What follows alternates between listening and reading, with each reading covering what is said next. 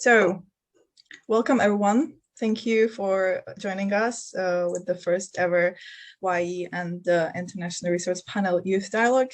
It is a great pleasure to have you all here. And just let me check the connection. Okay, perfect. So it is a great pleasure to have you all. Thank you also for the co-chairs and the head of the International Resource Panel to joining us today. My name is Carolina, and together with my colleague Katel from Youth and Environment Europe, we'll be moderating today's event. And this event is happening on the occasion of the launch of the most recent International Resource Panel think piece, which is called Building Diversity. And as you might already know, we'll be talking about the natural resources and the connection with the biodiversity. We'll try to bring the International Resource Panel, the scientific perspective and the policy decisions-making processes together with the young people and the voices of the young people. And before I will introduce our distinguished guest, I would just like to let you know that we have some house rules here to make it smooth. So please stay mute until that you will be asked to speak. Also, please try to have your cameras on so we can see your faces to make it a bit more personal. We will have a Q&A session in the end, so please just wait with your questions until then. Feel free to write them in the chat in the meantime. And also in the Q&A session, if you would like to speak, please use the virtual raising hand. So now I would like to give the floor to Merlin van Voore, and the head of the Secretariat of the International Resource Panel. And Merlin, it's a pleasure to have you here. Please, if you can provide us with some opening remarks, that will be great. So welcome, and the floor is yours. Okay, we can't hear you right now. I was saying thank you so much, Carolina, and to you and Youth Environment Europe. I'm going to start by saying you've got Izabella, you've got me, and you've got Janez. We will not tell you how old we are in decades, but the important thing is we are going to learn a lot of things from you. We are used to talking to a different audience, as you can imagine, and we are used to talking in a particular language. And Carolina, you know that we've had conversations with you and your team, and we've tried to find ways to speak to young people about issues that matter to them. And this particular think piece, thank you for taking us up on this offer, which is about biodiversity. And I suppose in colloquial language, it's about what does nature mean to all of us? And you know the UN processes much better than we do. And that's where it links in. And Janez and Izabella will speak to this.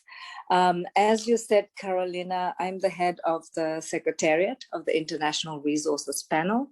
If you ignore that particular jargon, it's basically a panel that's asking questions that says, what can we do to make sure that we manage our planet's natural resources better? But more importantly, what can we do to ensure that we have a legacy to leave to young people like you? And so I think this is where organizations such as yours come in. And even though I was trying to be self-deprecating and maybe funny, I do think it is an important milestone for us as the IRP to talk to young people.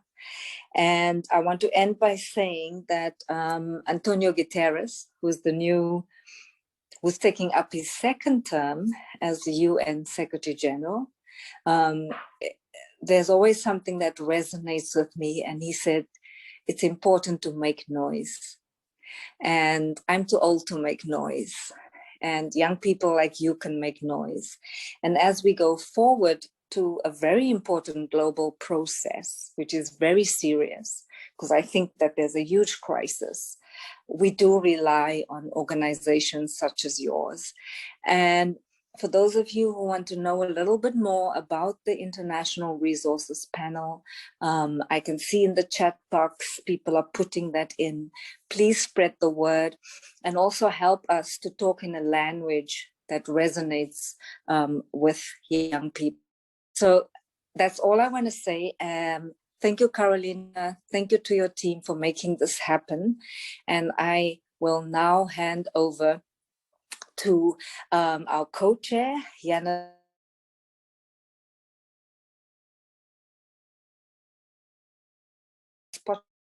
Why this youth is so important and why we think they're going to help us eventually reach the goals that we've set ourselves as old people, but more importantly, as part of the international community. Over to you, Janez. I hope, yeah, I have unmuted myself. Thank you, Marilyn, and good day to everybody. So I have basically very simple task to try to, first of all, to give you some armory that you will make a noise, and second, to try to answer to a very simple question: why is resource management, actually natural resource management, so important for biodiversity protection? I will actually lead you to biodiversity, and then Izabella will take you further. But to start with that, I think it is maybe worth to say a few more words which will be about International Resource Panel. Marilyn has already started with that, but I will just explain you a bit more in detail that you would understand what we do, where we are. It was actually launched by UNEP in 2007. Some of you have probably heard about the IPCC, I'm pretty sure, because they are quite active in the climate space. Some of you might have heard also about IPBS. They are very active in the theme which we are addressing today. That's the biodiversity loss. And we are the third sister organization. So we are called IRP, International Resource Panel. And our task is actually dealing with resource management and resource related questions. So we have a scientific panel. I will later on present you who are the members, but practically these are scientists from all over the world. We have a steering committee, also the countries from all over the world and European Commission, some, I would guess, around 30 of them. And Marilyn is leading the secretariat, which is located in Paris. We have our task is basically the science policy interface. So on one hand, we try to produce the best science which is related to the resource management, but on the other hand, we try to connect also the dots with the policy. We have many strategic partners, but I simply won't lose the time. These are the people who are integrated in the panel. As you can see, Izabella and me are co-chairing that panel. And then these are the countries. The blue ones are those who are already the members in the steering committee, and the red ones are the observers. And we look very favorably that they will sooner or later join us. Some 20 plus publications were issued in the last decade. And at the bottom, you will find the internet link where you can find us. So now going to the problem itself. This is something which I'm pretty sure you have already heard. It's based on something which Kate Raworth is actually teaching us.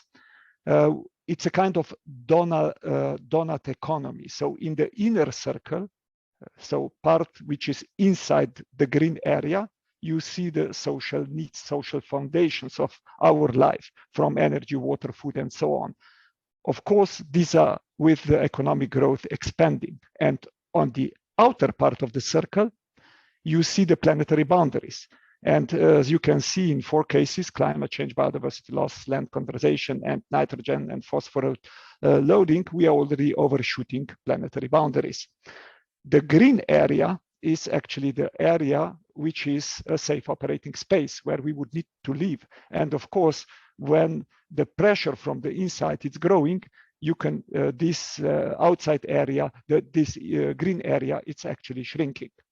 Of course, if you want to look at those questions in different perspective from the countries, Malawi, China, Belgium, Australia, you would find that, of course, the picture of it's pretty much different for the level of development of the country in which you are. And in this slide, you would find out a kind of summary where biophysical boundaries are on the X horizontally. Vertically, you will find social thresholds. So actually you would need to be on the left up hand of the corner. So there it's the ideal position.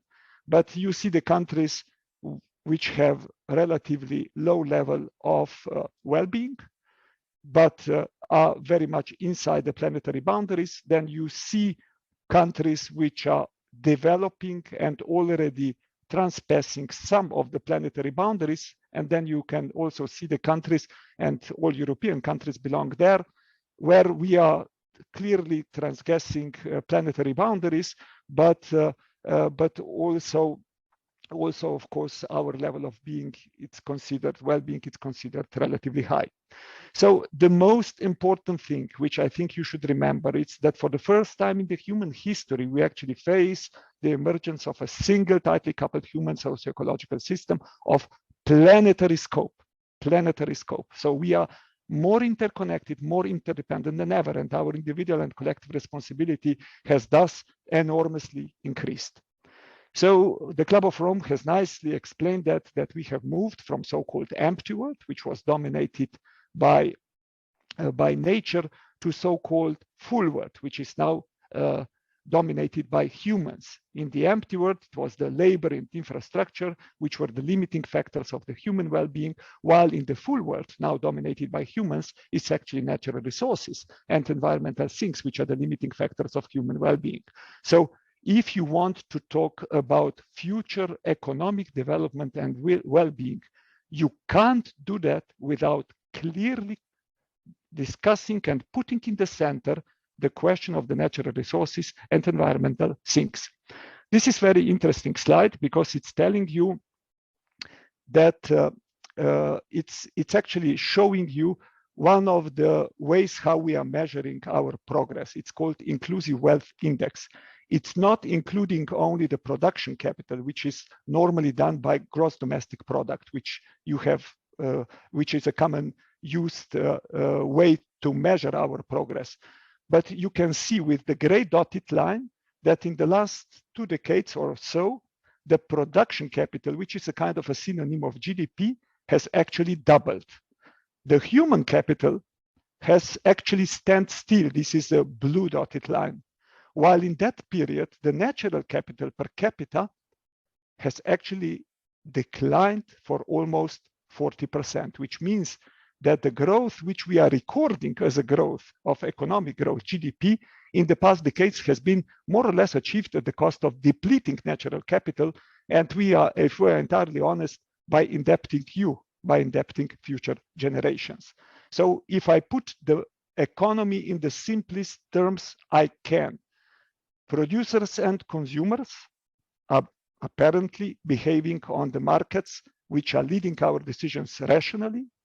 So the quantities are designed by the signals which we are sending on the market, and these are normally the prices. From the previous slide, we can conclude that the production capital is overvalued and over-rewarded, that human capital is undervalued and under-rewarded, and that natural capital, unfortunately, is not valued at all.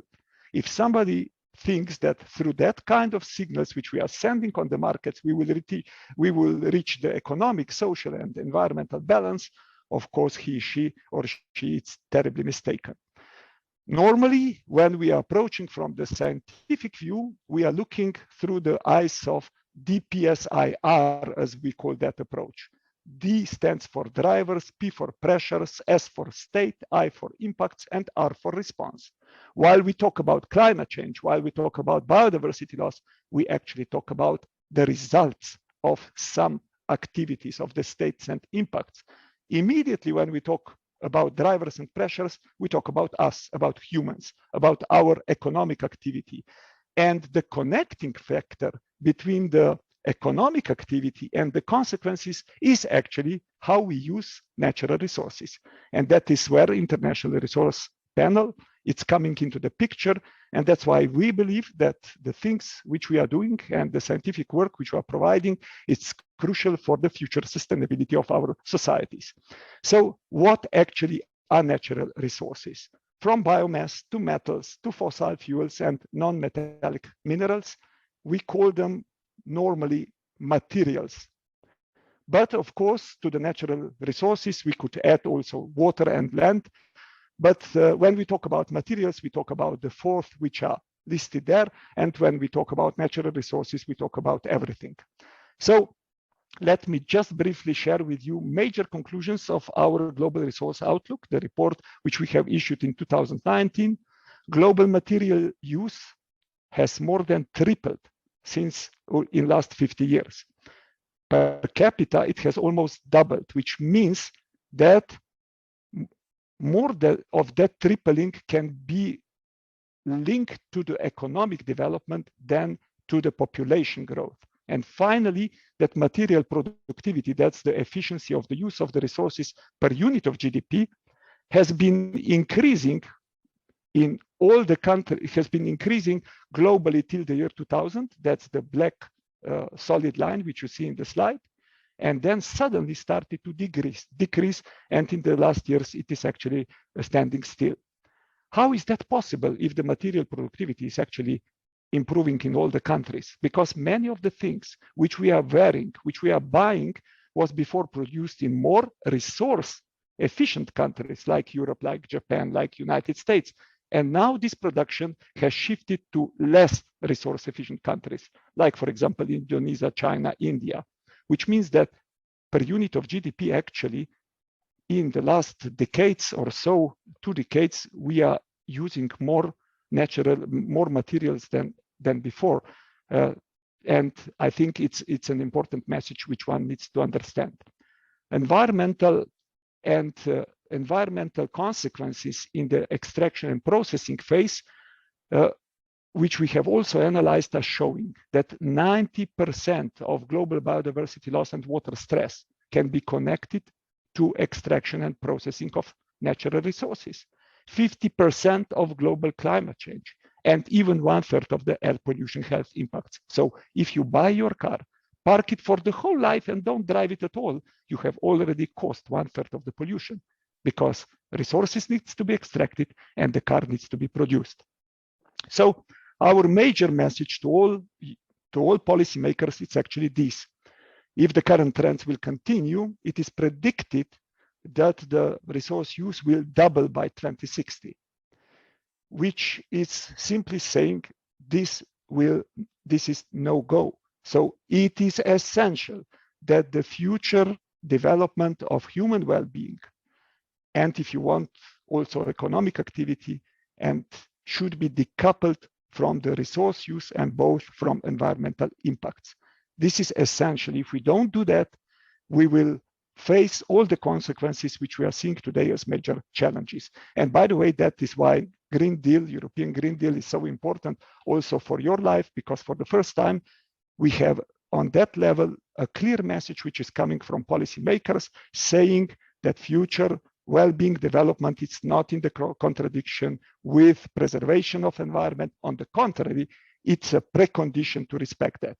So it is a clear vision, which I consider is a kind of intergenerational agreement, a program for future generations, which builds around sustainability.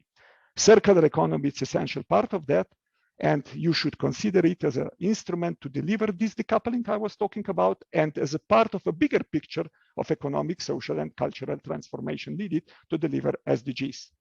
So the most important thing which we need to understand is that we don't need cars, we need mobility, we don't need light bulbs, we need light, we don't need chairs, we need to sit, we don't need refrigerators, we need chilled and healthy food, we don't need CDs, we want to listen to the music, we don't need pesticides, we want healthy plants. So dematerialization, rethinking ownership, and moving from efficiency to asking ourselves what is actually the human need to the sufficiency. So of course, the major problem with that is that as consumers, we prefer to own the products like houses, cars, refrigerators, clothes, and that this is driving consumption in a massive lock-in and also underutilization of the resources. But the hope is actually in your hands, because your generation is much less ownership biased than my generation. And if we provide viable alternative options, I'm pretty sure that the change, which will be in the first place saving natural resources, can actually come. So I think that there is an ideal moment for Europe to move from the so-called history of resource-driven imperialism into an era of responsible use of natural resources, mitigating its resource fragility, because we are very fragile, and strengthening preparedness and resilience. This would also clearly position European Green Deal, give it a real historic and strategic weight. I have mentioned few details also from European perspective, because you are Youth and Environment Europe. But if you are not yet convinced that this is a good concept, then I can tell you that circular economy is actually the oldest concept on the earth. Nature is bioeconomy organized on the principles of the circular economy. Nothing is lost, everything has its purpose, and there is only one question which we have to answer in essence: do we agree that we humans are part of nature too? And if we have the problem with that, I think best is to ask one of our friends in Belgium, the most famous Belgian actually, Hercule Poirot, when he was once asked why he's speaking about himself in the third person, he replied something like that: if one is such a genius like me, it's very important to establish a healthy distance to himself. So that's the real essential question for humanity. Are we able to establish a healthy distance to ourselves? If we are really so important, if we are really so intelligent, then we should accept that we are responsible not only for guiding ourselves, but for guiding everybody with whom we are sharing this planet. With Izabella, we were together in Nagoya. Our friendship actually started there. We were very much fundamental for achieving so-called Aichi biodiversity targets in 2010. And we are, of course, pretty sad. Nagoya Protocol and excess of benefit sharing was also adopted, and that continued in Hyderabad. But we are pretty sad, to be honest, that those Aichi targets were actually not met. Practically none of them has been clearly met, and it was 20 of them. That's why we have started basically to work on the building biodiversity, the natural resource management approach, because we feel that with the knowledge and with the responsibility which we are taking from there, we have to help that we would do this time in Kunming the things differently. Izabella, now to you. Thank you very much, Janez.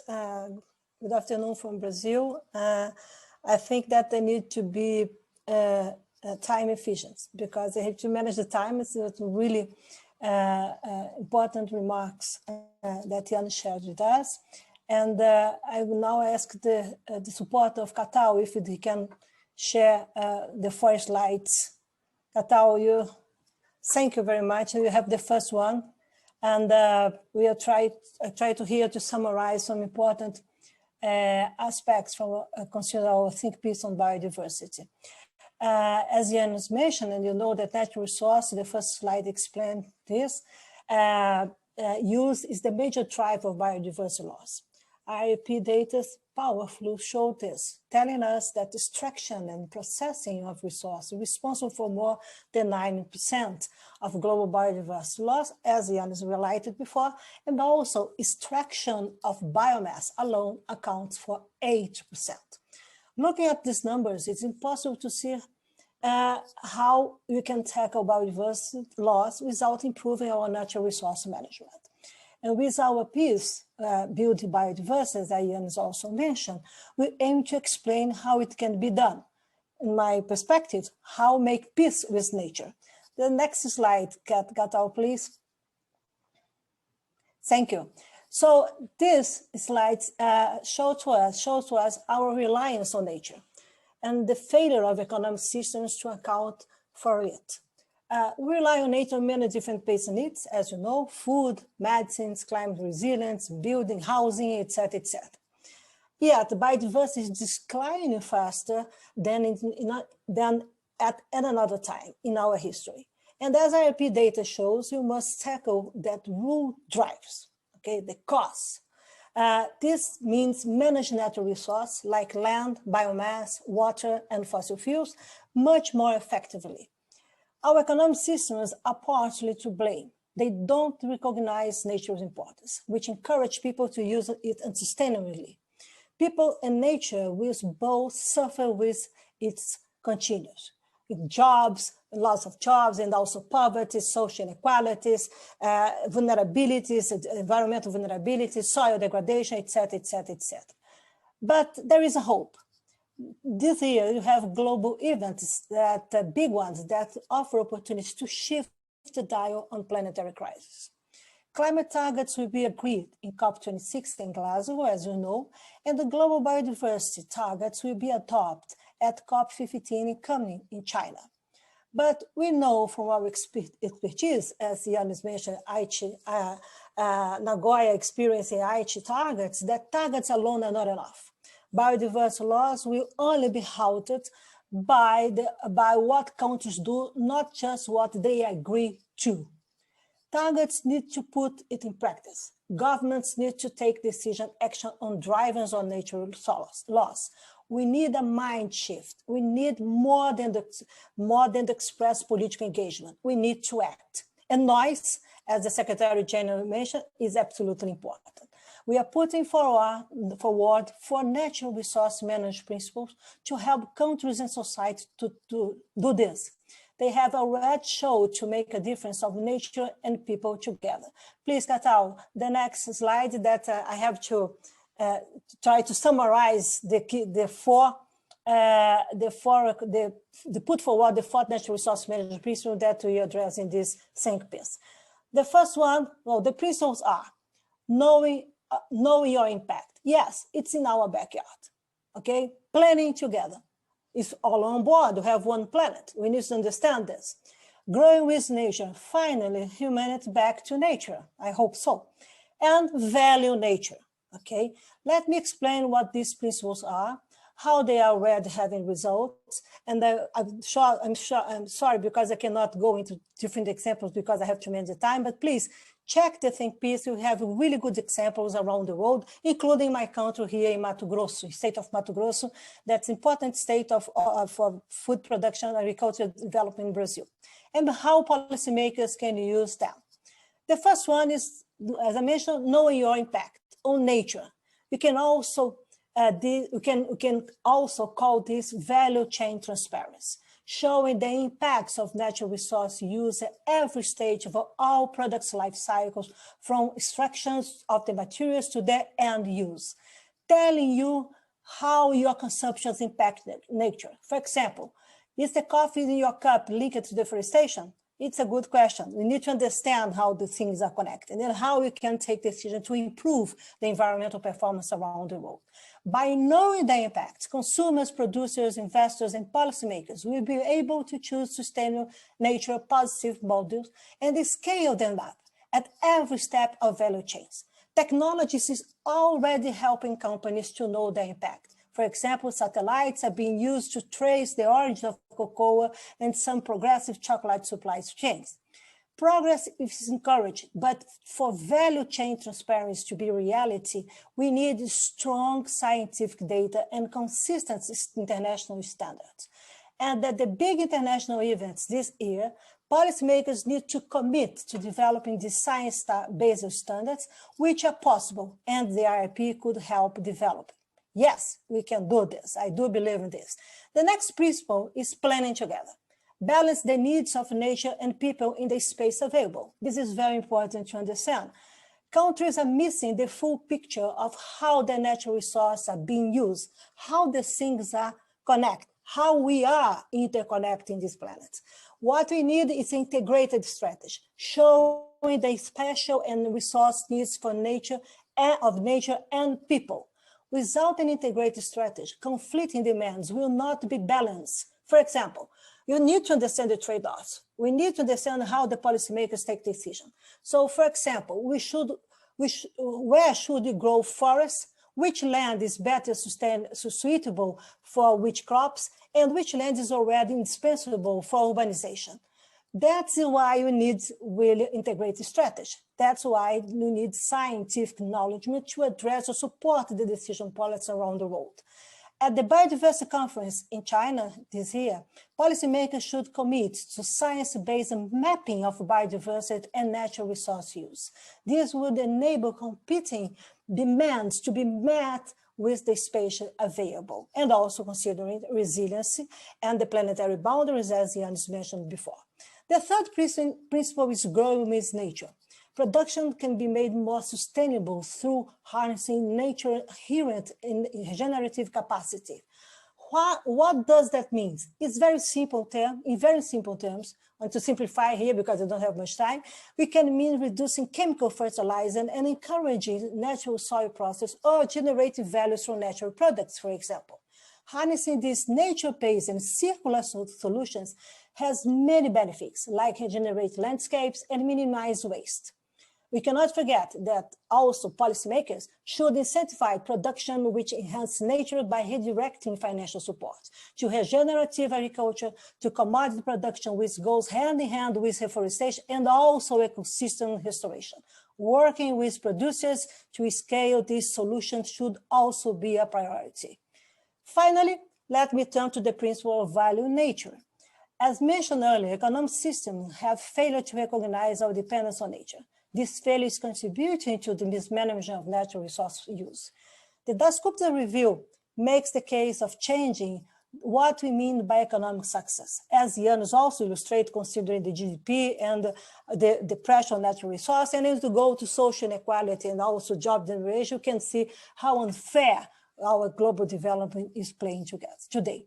So economic decision could be based on an inclusive measure of wealth, factoring human, producer, and natural capital. Again, natural capital is the focus that you have on this center. It's very important to understand this. The new economy is coming based on natural capital. This would make government recognize ecosystems in all their decisions. So again, in China, leaders need to agree a way forward on how to recognize nature in economic decision-making.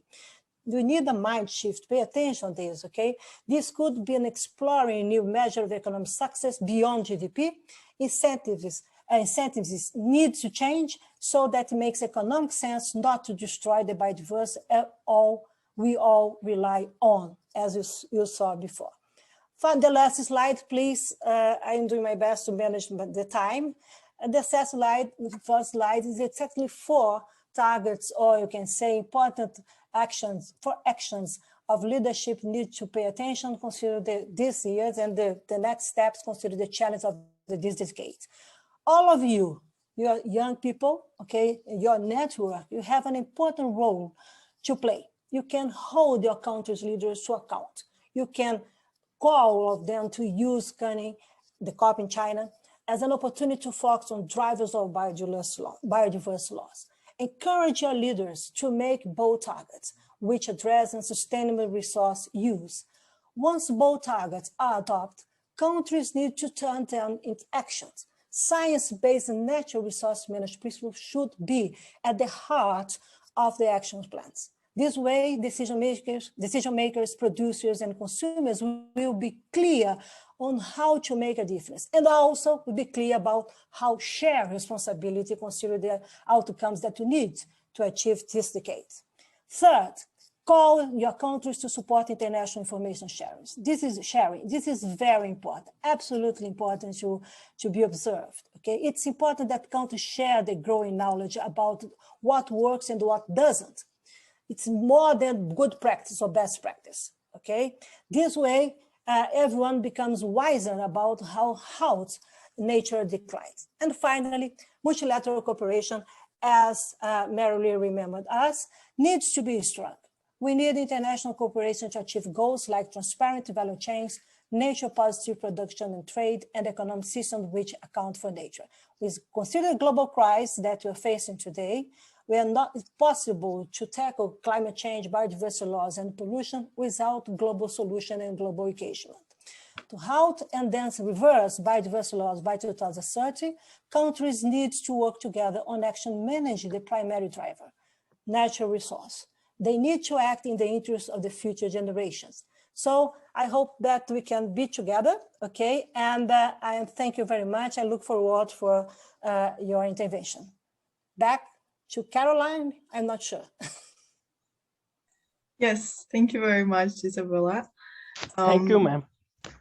Thank you for providing us with this insightful introduction to ERP work, also from you, Janez, and also touching upon this shift in the mindset that we are talking about, going beyond the GDP and decoupling. I think that we are on the same page, and that's what all young people want to do. And also you mentioned the future generations, so we're very happy to hear that, and we are grateful to have you here. Also, Marilyn, thank you for the welcoming remarks. And as you said, it's a bit extraordinary event for us as well, because we are trying to bring the young people closer to these decisions and science. So we are happy we can do that.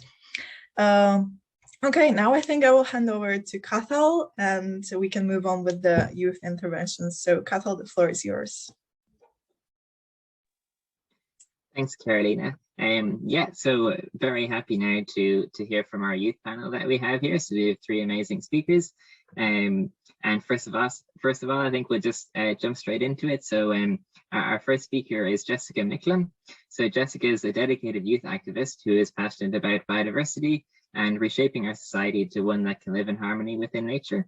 So she is a co-founder and co-coordinator of Gibbon Europe, which is the European chapter of the Global Youth Biodiversity Network, which is the youth constituency for the Convention on Biological Diversity. So Jessica, the floor is yours. Thank you so much for having me. Thank you to YEE and the International Resource Panel for this invitation to speak. Firstly, I must very honestly say I was a bit nervous speaking on this topic because, you know, talking about resource use is very much sometimes a human-centric view of nature, and we at Gibbon are trying to change the narrative. But I was so pleasantly surprised by the presentations we just heard and by the report itself, because as young activists in Europe, you know, we've been collectively campaigning for decision makers to listen to our experts, and it's so great when there are reports like this that we can say, look, it says it here, you know, it outlines the exact steps you need to take. And then also, because even within these 4 principles, they align very nicely with what young people have been saying and what Gibbon has collected as youth priorities across the globe. For example, we spoke about planning together, and that's all about the equitable and meaningful stakeholder engagement, of which youth are a major and very important stakeholder. And the second one is valuing nature, which was explained very nicely as, you know, intergenerational equity, making sure that there is more than enough and that it's in a better state what we leave to our kids and to future generations. Yeah, so I was very excited when I read through the report, but I must say I'm a little bit worried that policymakers aren't going to necessarily take it into account. And this has been sort of the situation in the past. We had these great ambitious targets in Aichi, and implementation was unfortunately a huge issue. In some cases, it wasn't very clear how the things could be implemented. In other cases, it just took a lot longer than we had planned for. And so I was really excited to see the details and the specificity in the report when it mentioned the implementation of the post-2020 Global Biodiversity Framework. I remember a friend telling me about the 2016 CBD COP, when the youth were given the chance to stand up and make an intervention.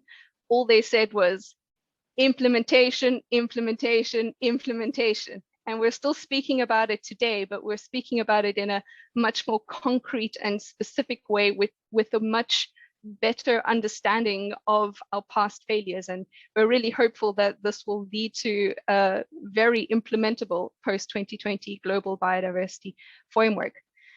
But another thing that was mentioned is changing our mindset. And we really believe that this is the key. We don't just want new tools in the old system. We need a new system. We need real transformative change that realigns our values as a society. You know, we don't just want governments to say, this is the maximum sustainable yield and we'll do exactly that. We want, you know, our goals as a society to be like, yay, we've achieved less, we took out less resources than maximum sustainable yield, and to value that and use that maybe as status symbols and not still fancy cars that burn fossil fuels. And we hope to achieve this through transformative education. This is one of Gibbon's top priorities. Transformative education is bringing people back into connection with nature and seeing the world as, one integrated ecosystem of which humans are just one part. And it isn't just nature is there for our benefit, and we have to have the responsibility to manage it. We are part of the system, and we are integral to it. And we hope that this mindset change creates a narrative change that changes the way that we value and measure well-being and success. So yeah, for Europe specifically, a big part of reaching sustainable consumption and production is not always switching from an unsustainable product to a sustainable product. In some cases, it really means a reduction in resource use. And that is something that's really unpalatable to decision makers sometimes. So we really need society to change its values so that decision makers understand if they make these sorts of decisions that it will benefit society as a whole, and that society will be happy with them in their role as decision makers. I think this is already starting.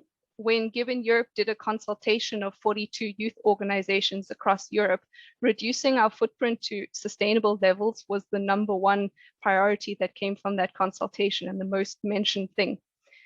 So for us, transformative change means going beyond, as I said, the new tools and old systems to changing the way we see the world, the way what we value and how we measure success and well-being as a society.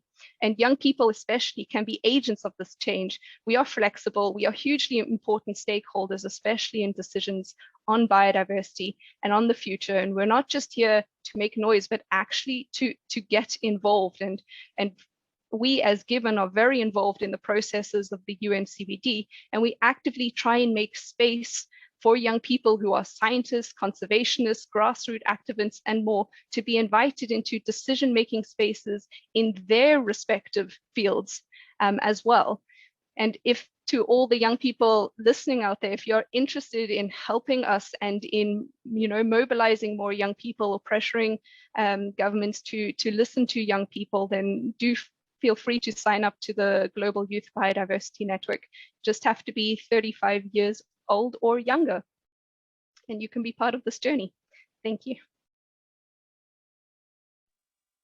Thank you very much indeed, Jessica, and absolutely I second that.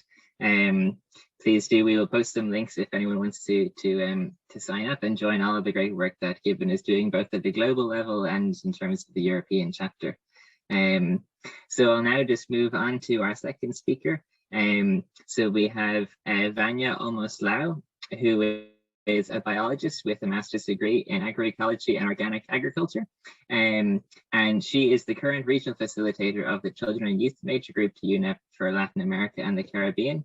So I'll hand over to you now, Vanya, if you want to go ahead. Thank you, Cathal. It's so nice to be here. And it resonates what was said before about celebrating achieving less. I feel usually we're encouraged to celebrate when we do more and when we have more. So it's a nice change of mindset to think like, hey, we achieved less, I consumed less, this is good, yay. Anyways, I just wanted to comment on that from the intervention before. And well, my goal here today is I'm from the Global South, I'm from Latin America. And today I'm speaking, I think, mainly to a group of European youth, also youth from other parts of the world, but mainly European youth. So as European youth, what can be done to do a better management of natural resources? And I'm going to start with the basic level, which is the consumer level. So I think Europe is a privileged part of the world. And it's something that also I am a privileged part of the world too, because I grew up in a city in Latin America. So I think, first of all, we need to acknowledge our privileges depending on where we're from. So now, and because of this privilege, I believe European citizens in general have a higher education, and thus they can make better choices on what they consume, because they have more access to the information to know this transparency of knowing where products come from. And also, in general, there's a higher, how do you say, when purchasing capacity. And for this, I'm gonna give you an example. In the Yucatan Peninsula here in Mexico, most of the honey that is produced by indigenous and local communities is exported to Europe, because it's the market that mostly wants to buy this, because again, like more conscious society and a better purchasing power. And this is where European citizens can help with natural resource management in other parts of the world, by first selecting these products that favor indigenous local communities and those who are doing a proper management of their natural resources. For example, this consuming of the honey of the Yucatan Peninsula has also helped communities to advocate for soy plantations to stop being grown in the Yucatan Peninsula, because for soy they use glyphosate, and when the honey has traces of glyphosate, it can't enter Europe. So the local communities have to advocate like, hey, we don't want soy around our jungle, because then we can't export our honey. So this is one way that individual consumer demands can help shape natural resource management thousands of miles away. And then the next level is at a more policy level. And this is where I feel European youth need to be very aware of what is happening with international trade agreements in the continent. Because one can make their own decisions as a consumer, but in the end, the big powers of government are going to be shaping incentives all over the world. So if European trade agreements with the rest of the world make incentives for land use change, for fossil fuels, etc., it will happen. So I think as youth, usually we don't tie the need of trade, like of how trade is agreed with the rest of the world with natural resources. You know, we're looking at the COP for climate change. We're looking at the COP for biodiversity. But I think we also need to start looking at those, you know, conference of the parties for trade, because those shape the incentives. And personally, I work in international cooperation. I work for GIZ here in Mexico. And well, I know what GIZ is doing here in the country, and I also know what is being negotiated, somewhat know, you probably guys know much better, what is being negotiated in European parliaments. And to me, it's a bit shocking sometimes, because in the end, the work I do is paid by German taxpayers. And the work we do, I believe it's good and it's important, and it's definitely helping to halt biodiversity loss here in Mexico. But then I look at what decisions are being made at the parliament level in Europe, and it's the decisions that are incentivizing this biodiversity loss. So I think we need to find a bigger coherence, so that, you know, incentives for trade are not causing biodiversity loss, which then is trying to be, you know, fixed by the same taxpayers' money through international cooperation. I hope like I'm being clear on how this circle works, because then it just seems like a very not efficient way to treat resources of taxpayers. And finally, I want to touch on the topic of, again, looking beyond the biosphere part of the world and looking into social and of the economic spheres. Wherever the riches of the world go, people will go there also. And well, Europe recently lived a huge migration of people from outside places of Europe. And here in Latin America, we have a similar phenomenon, you know, people from Central and South America and Mexico trying to migrate to the US, a very, very dangerous journey. And well, why this happens? Because the riches of the world are flowing into the United States, the riches of the world are flowing into Europe, and of course, people will go where the riches of the world are flowing into. You know, in the case of Syria, it's said that maybe it was a drought that first started the whole conflict. In the case here of Central and South America, again, it's drought. Rural communities in Central and South America can't have the same livelihoods they had before, because the climate is not providing the ecosystem services it did before, so people have to go somewhere. And well, they try to go to the places that show that they have the best lifestyle. So yeah, this is what I wanted to share today. So it's just mainly 3 points. One is to be conscious about our consumer level choices, and I want to make you all aware that they definitely make an impact. You know, if you sometimes doubt whether a certain, you know, certificate of, oh, you're consuming Mayan honey, well, it does help. So trust in it and, you know, try to consume it. Second, be aware of those international trade agreements that your continent or your country is signing with other countries, because they will affect those incentives. And finally, be aware that environmental issues go beyond nature. They affect migration. They affect, for example, we did a regional consultation for Latin America in UNEP MGCY, and one of the biggest issues was corruption and the dying of the assassination of environmental defenders. The Latin American region is the most dangerous place for environmental defenders. And yeah, a lot of this is done by the incentives of international players. So yeah, as youth, just like make sure you raise your voice. We definitely, I feel, have more freedom of speech than our older counterparts, because we have a lot to lose. So that makes us more outspoken. And also, we don't have a mortgage to pay yet, most of us. We don't have kids that we have to take care of. So this gives us, you know, a greater space to judge. You know, if I have to lose my job because I have to say things how they are, I'm going to do it. And maybe an older counterpart is not ready to do that because they won't have money for their children, for example. So we need to use this freedom of speech that we have, and we need to use it more.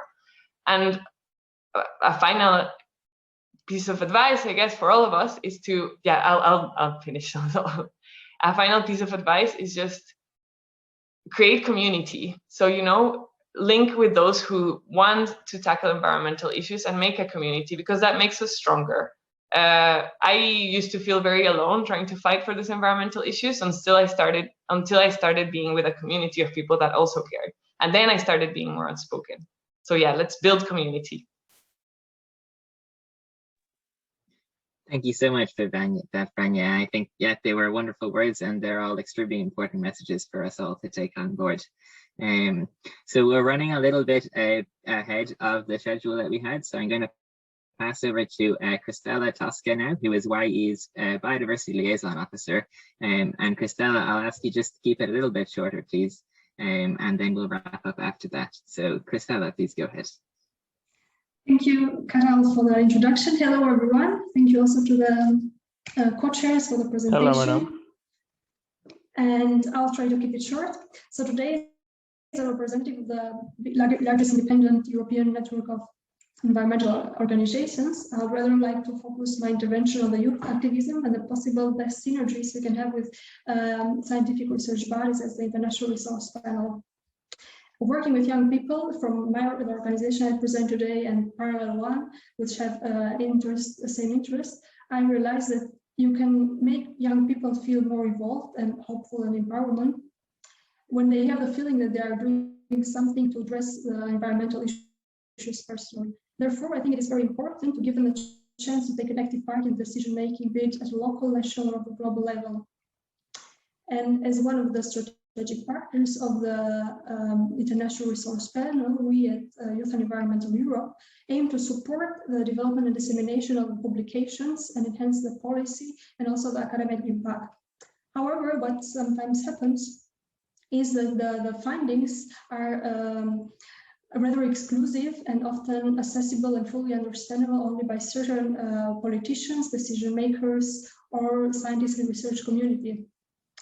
The outcomes of the International Research Panel or other similar research institutions and bodies would communicate it effectively, would make big impact on the young people to help them make cautious and decisions regarding the sustainability in their life, but also help them to build better advocacy strategies. Therefore, at this point, I would raise a few questions which can be addressed to the co-chairs of the panel, of somebody who also works and is aware of it and has ideas how we can better contribute for beneficials for both sides. In this context, I'm wondering how can scientific research bodies as International Resource Panel can make people, young people, engage more as an audience in terms of increasing the outreach of the messages.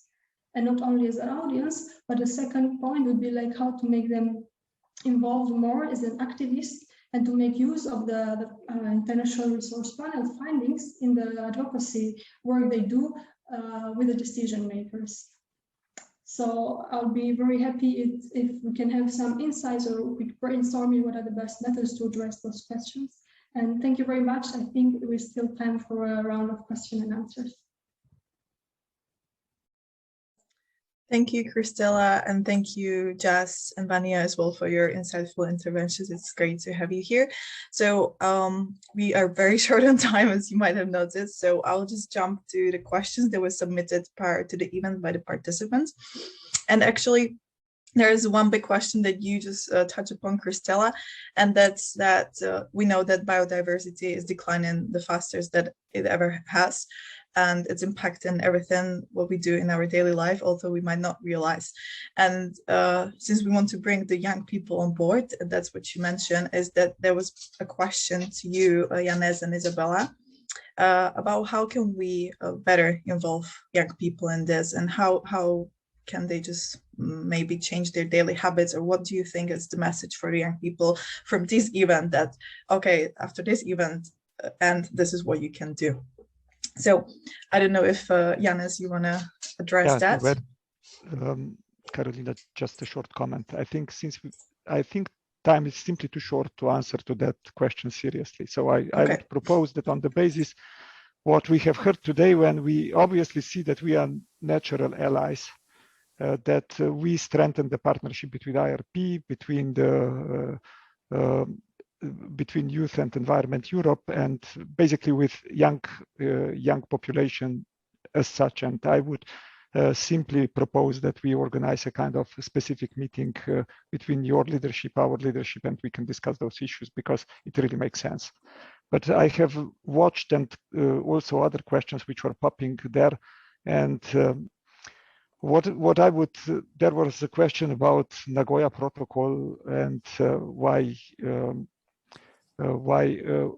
how to make the countries, what was just the Colombia was in the issue.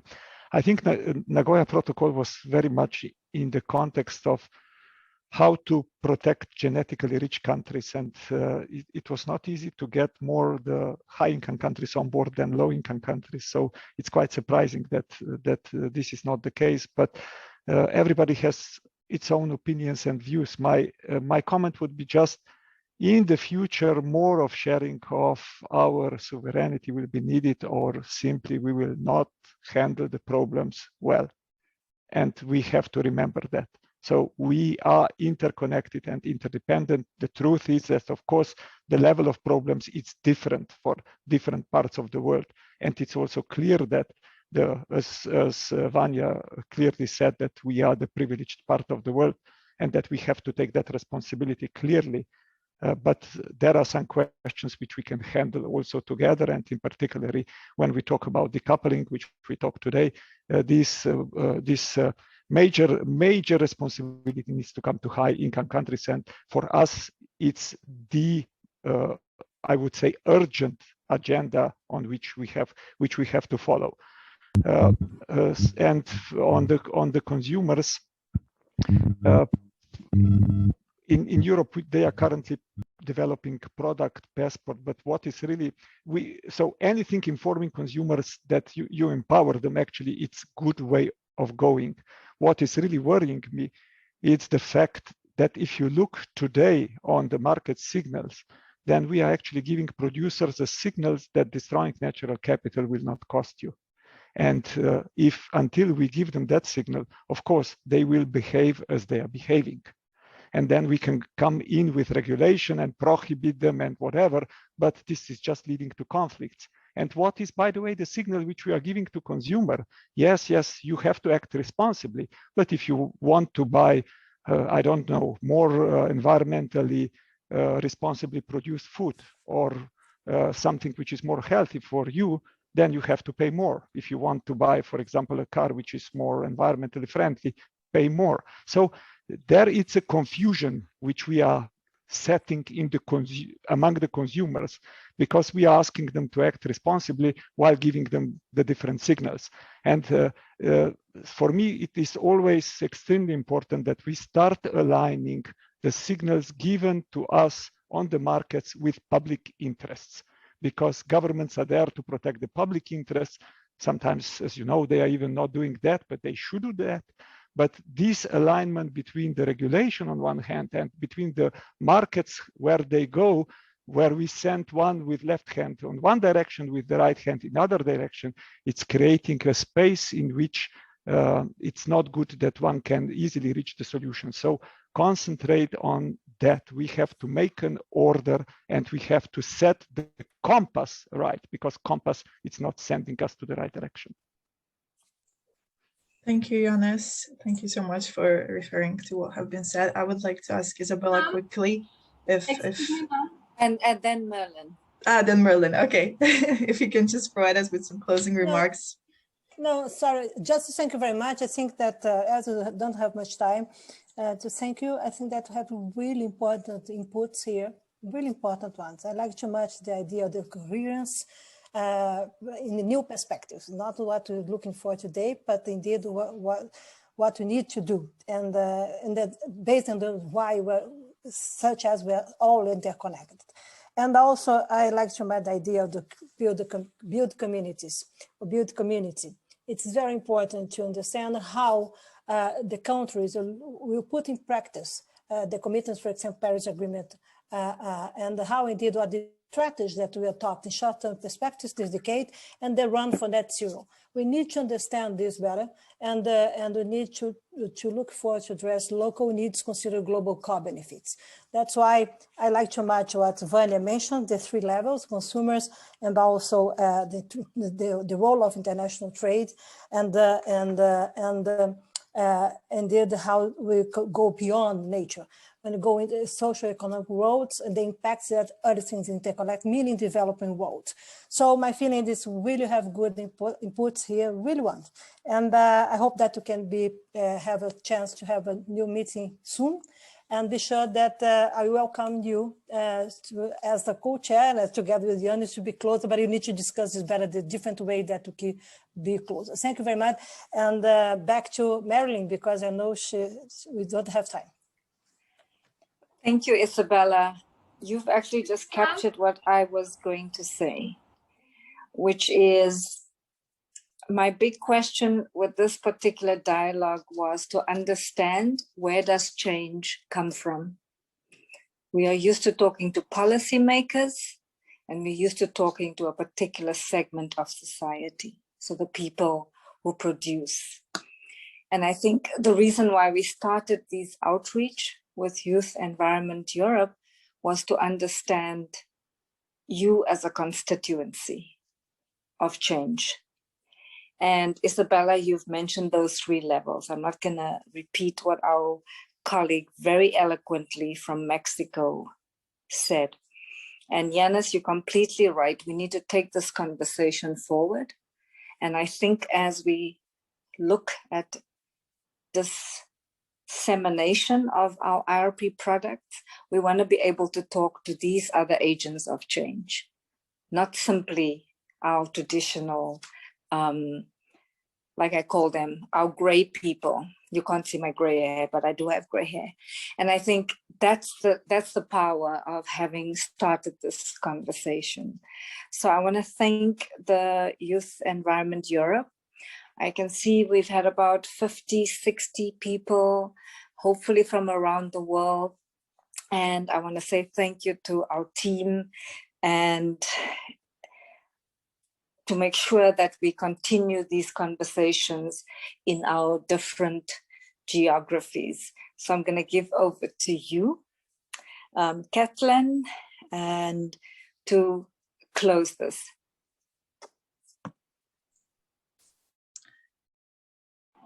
Thank you so much, Merlin. Thank you so much also, Izabella. and Janez for your contributions, remarks. Thank you, Jessica, Christela, Mania as well. This was very fast and short, so I agree with Janez that we should make another one, and we are happy to keep on going in this conversation. We are really happy that you want to listen to young people and that we were able to really organize this and push it even further. So it's exciting. We're looking forward what we come up with next. And thank you very much. I'm sorry for those participants that we were not able to answer all your questions, but there's going to be another event, or you can maybe contact us via email and we can provide you with some more insights on everything. So thank you. Feel free to contact us later and enjoy the rest of your evening. And Carolina, thank you very much. Okay. Thank you. See you soon. I hope so. Thank you. We should let you go, because hopefully you can have an evening of, catching up and making sure that you have some fun. Mary, when I was minister, I had the special officers for young people as to support me and also to dialogue. It was impressive. It was a fantastic experience, really. So it was, for me, again, really amazing to meet you today. Okay, I hope that we can be together again. And I hope that some of you will become a scientist in the future, will join us. Okay, do your best. We are hosting you, Janez and me, and also Marilyn. And I'm convinced that we make the difference in a positive way. Let's do it together. Think about that. In 10 years, somebody needs to replace us, leading the IRP. Yes, great. It's great. Yeah, Janez is I fully agree. He's going to live forever. He says in 10 years. I'm thinking maybe 5. Okay, I hope that we can have another meeting. Okay, Marilyn, thank you very much, and everyone. Okay, everyone. It's nice to see you again, my friend. Thanks. Good to see you. See you soon. Beijos, Brazil. Bye. Thank you. Bye. Take care. Bye. Thank you, everyone. Thank you. Bye, Katal. Thank you, organizers. Thank you.